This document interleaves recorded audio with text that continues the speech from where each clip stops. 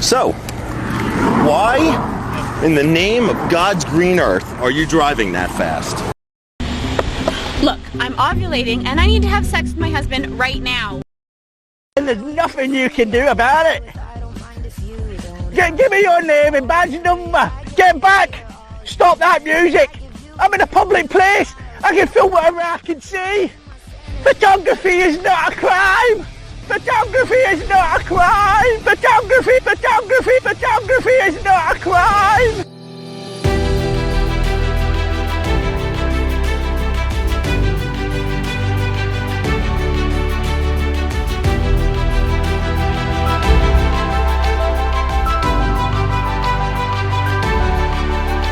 I'd like to welcome you to the John Ligato Show.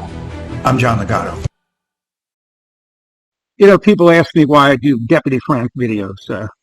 It's because I can provide some insight into local law enforcement since I was attached to 3 local police departments. I understand the culture. Turn right. Just lean right there. Speaker 23, you have any idea what your top speed was? 120. 120. I think I locked you in at 121 or 122. You know what the speed limit on this road is? I believe it's 55. It's 50.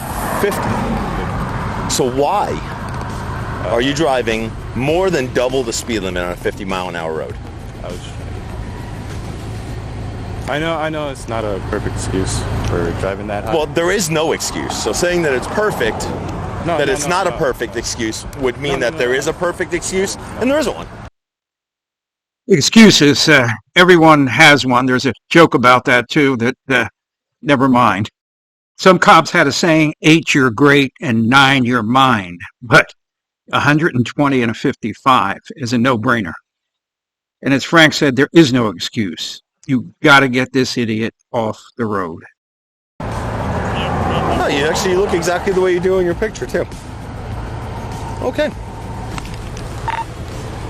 We have posse units available in Charlotte. Okay. So you're just totally okay with 120-something miles an hour and a 50? You're just like, that's a good idea? Oh, no. I was just trying to get home quick. That's it? Just trying to get home? Just trying to. Okay. You need to go to jail. So 120 and a 50, yes, that's pretty bad, but not as bad as 150 and a 60. Come back here real quick. Mr. Rice, you know why we're talking? Yeah. What do you do for a living? I'm carpenter. Carpenter. Okay. So, I'm not the smartest man in the world. Do you know about Pythagorean's theorem? Is that what you guys use in carpentry? Like to figure angles and stuff? Okay. Trigonometry. Yeah. Okay, so trigonometry. Okay. I'm not the smartest guy, but I know that in calculus, this at 150 miles an hour and a 65 carries a lot of energy, especially when you're zooming around past people that are doing 65. Go for it. So, I'm going to have you face your vehicle real quick. Do you have any weapons on you? Face your vehicle.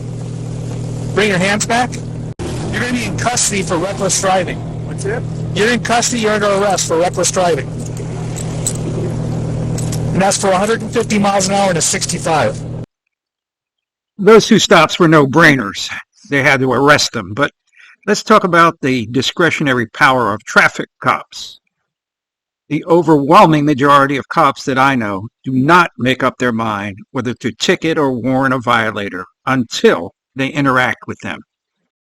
So you do have to go to court, and I know that you know where it is because you were there earlier today, so you have to go back there. I appreciate you being cool with me.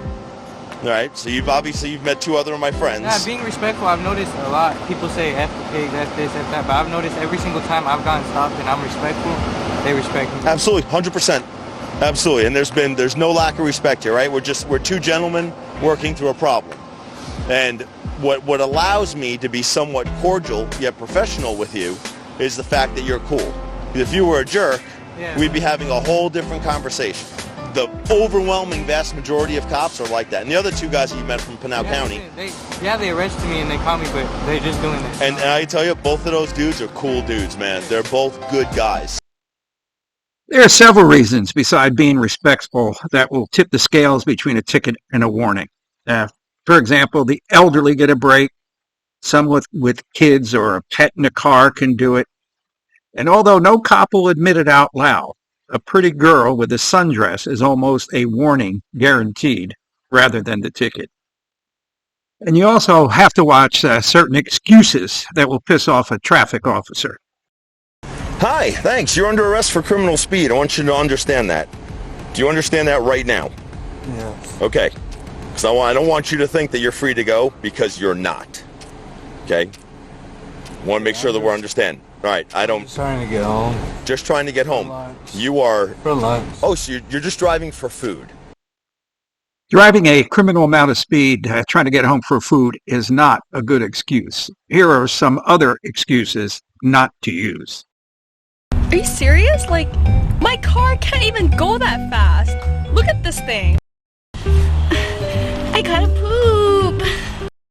You're dealing with the wrong person. My dad is a lawyer. Okay, you know, it's just that time of month. Is there a problem, officer? I have the weapon. Okay. Okay. Yeah, don't touch that. Yeah. Okay. So, hang tight there. You go ahead and take that gun. Let's just take that out. Oh, yeah, no. Keep that easy. Hey, offense. I like those. We'll just leave that there. Yeah, a relatively new issue in traffic stops is guns. Everybody's got a gun, but few people know the laws. For example, if you live in an open carry state and you're stopped by a cop and have your weapon in the glove compartment or underneath the seat, you could get arrested for carrying a concealed weapon. I can tell you're late. So, I'm Deputy Slope. I work for the Pinal County Sheriff's Office Traffic. You let me see your driver's license. And the reason I stopped you is you were speeding on Sunland Gin. The posted speed limit there is 50. And I didn't even mean to drive today because... Is your license suspended? I needed to get my interlock today. Okay. And I just needed to take her to work, and that's all I was doing today, and that was it. So your license is suspended for a DUI? Yes, sir. Okay. Until January, and I just needed to do this one thing, and I was already extremely stressed about even doing it. I can tell. I can tell by your demeanor. And so Okay. You have any weapons in your car? Just this 45. If you would like me to get out, I can get out. Just keep your hands where I can see them. I can do that. Okay. So, I'm glad that you told me, because I'm looking at it, and I was just wanted to see if you were going to tell me the truth or not. There's obviously 49 other states around with all different variations of the law.